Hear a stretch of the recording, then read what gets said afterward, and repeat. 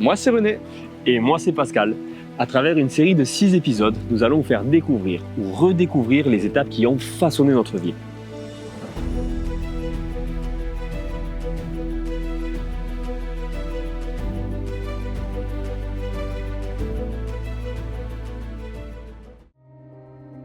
Adam Craponne, c'est l'homme qui a détourné la Durance. Il a irrigué la Provence et son nom a été donné à une artère principale de la ville. Où on se trouve actuellement. Il a marqué l'histoire et ses travaux subsistent encore aujourd'hui en Provence. Né en 1526 à Salon de Provence, Adam de Craponne est l'un des plus grands ingénieurs hydrauliques de son temps. Très jeune, il manifeste un vif intérêt pour les sciences et les techniques, notamment celles liées à l'eau, un élément central en région méditerranéenne. Précurseur dans l'ingénierie hydraulique, il a marqué l'histoire. Son œuvre a été copiée et admirée dans le monde entier. Dans 2 ans, nous célébrerons le 500e anniversaire de sa naissance. Cet ingénieur visionnaire a dédié sa vie à un seul élément, l'eau. En pleine période de sécheresse, les terres de Provence étaient arides et manquaient de ressources hydriques. Adam de Craponne a su trouver des moyens innovants pour irriguer sa région.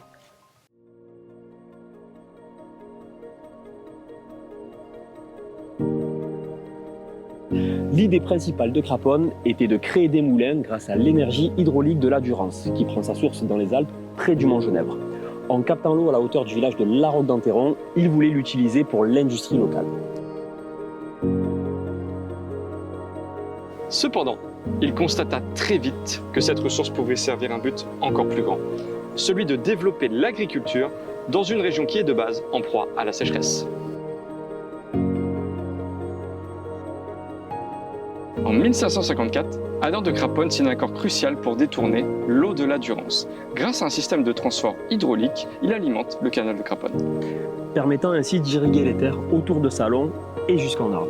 Ce projet visionnaire a transformé la région en une véritable terre fertile.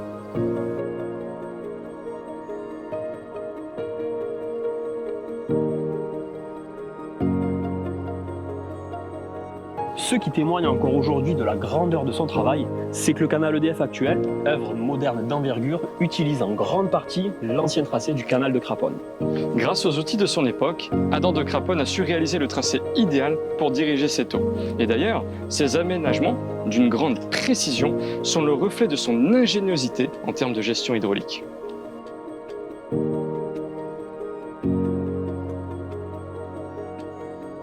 Et pour continuer à explorer la vie d'Adam de Craponne, nous allons maintenant rejoindre Michel Roux, premier adjoint au maire, pour nous parler de l'importance de ces projets pour la ville.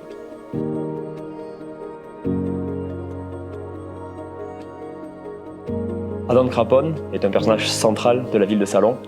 Oui, Adam Craponne fait partie de ces personnalités qui ont façonné la ville. En 1554, il a eu le pari fou d'amener de l'eau à Salon de Provence, qui s'appelait Salon de Crau à l'époque, qui était une petite bourgade fortifiée du Moyen-Âge, qui sortait du Moyen-Âge, la Renaissance arrivait, et donc Salon avait des étés très, très secs et manquait d'eau, parce que les maigres sources que possédait le territoire étaient trop faibles pour alimenter la ville qui grandissait de jour en jour, et puis il y avait peu d'agriculture, parce que sans eau, il ne peut pas y avoir d'agriculture. Aujourd'hui encore, ces travaux bénéficient à l'agriculture en Provence. Aujourd'hui, dans la Crau, l'agriculture n'a pu se faire que grâce au canal de Craponne. La Crau était un vaste désert de pierre, très sec. Il ne pouvait pas y avoir d'agriculture. Et l'eau a amené les exploitations agricoles et a fait de cette plaine de Crau un fabuleux territoire agricole.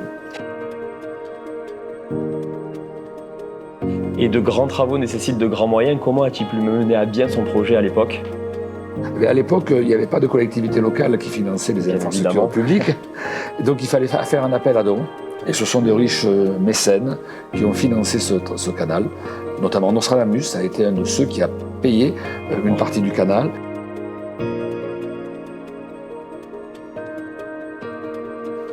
Nous avons la chance aujourd'hui de recevoir Marilène Bonfillon, docteur en histoire et spécialiste d'Adam de Craponne. Marilène, est-ce que vous pouvez nous en dire plus sur Adam de Craponne ? Bien sûr, merci en tous les cas de faire de Craponne une image importante. Adam de Craponne est un personnage très important pour la ville de Salon et même, je dirais, plus largement pour la Provence et la France. À l'heure d'aujourd'hui où on parle de réchauffement climatique et de problèmes autour de l'eau, il faut qu'on se rappelle cet homme qui a été quelque part important. Adam de Craponne, c'est un ingénieur de la Renaissance. Alors à cette époque-là, ingénieur, les écoles d'ingénieurs n'existaient pas, mais c'est une qualification. Et le roi lui-même, Charles IX, le qualifie d'ingénieur par rapport à ses projets en matière hydraulique. Alors c'est un homme qui a des origines italiennes, un homme issu d'un milieu du commerce, mais natif de Salon et qui tient justement à faire des aménagements pour sa ville. Alors, il a été entouré par sa famille qui a joué un rôle très important pour lui et il commence sa carrière militaire. Carrière militaire grâce à son oncle maternel Antoine de Marc, consul de Tripoli.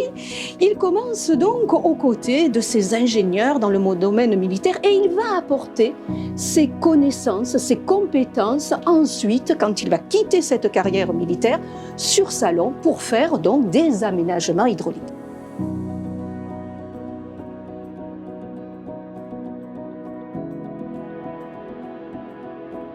Maintenant qu'on en sait un peu plus sur le personnage, pouvez-vous nous parler de la portée de son œuvre ? La portée de son œuvre est fondamentale. Si aujourd'hui on peut avoir des villes en Provence qui se sont développées, si on a donc une économie riche, c'est grâce à l'eau. On le sait bien que toutes les civilisations qui se sont développées, c'est autour de l'eau. Et Adam de Craponne, donc, en apportant cette eau sur Salon, non seulement il a permis la construction de nombreux moulins, force hydraulique importante, mais des moulins non seulement pour produire des farines, mais également ce que l'on appelle dans les textes les engins d'eau, c'est-à-dire donc pour pouvoir ensuite faire du papier, mais également dans le domaine du bois, dans divers domaines, les moulins ont existé. Et nous avons ici le moulin des 4 tournants qui était déjà une petite meunerie à ce moment-là. Et puis au cours des siècles, le canal de Craponne est devenu véritablement un modèle. Parce que, outre l'action usinière, ce canal a permis la richesse agricole.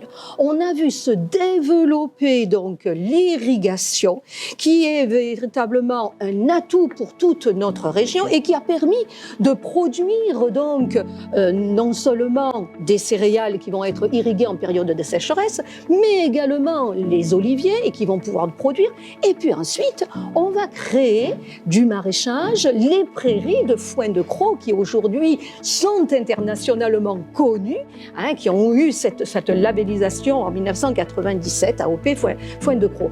Et donc le canal de Craponne est un modèle parce qu'au XVIIIe siècle, on a donc l'idée de construire d'autres canaux et notamment Monseigneur Boisgelin, président du Parlement, qui va dire il faut construire d'autres canaux à l'image du canal de Craponne. Et bien jusqu'à nos jours, on a donc l'ensemble de ces canaux et on a tout un maillage de canaux secondaires, tertiaires jusqu'aux parcelles.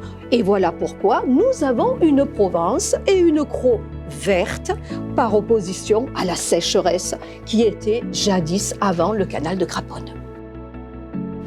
Nous en savons maintenant un petit peu plus sur ce personnage incontournable de notre ville.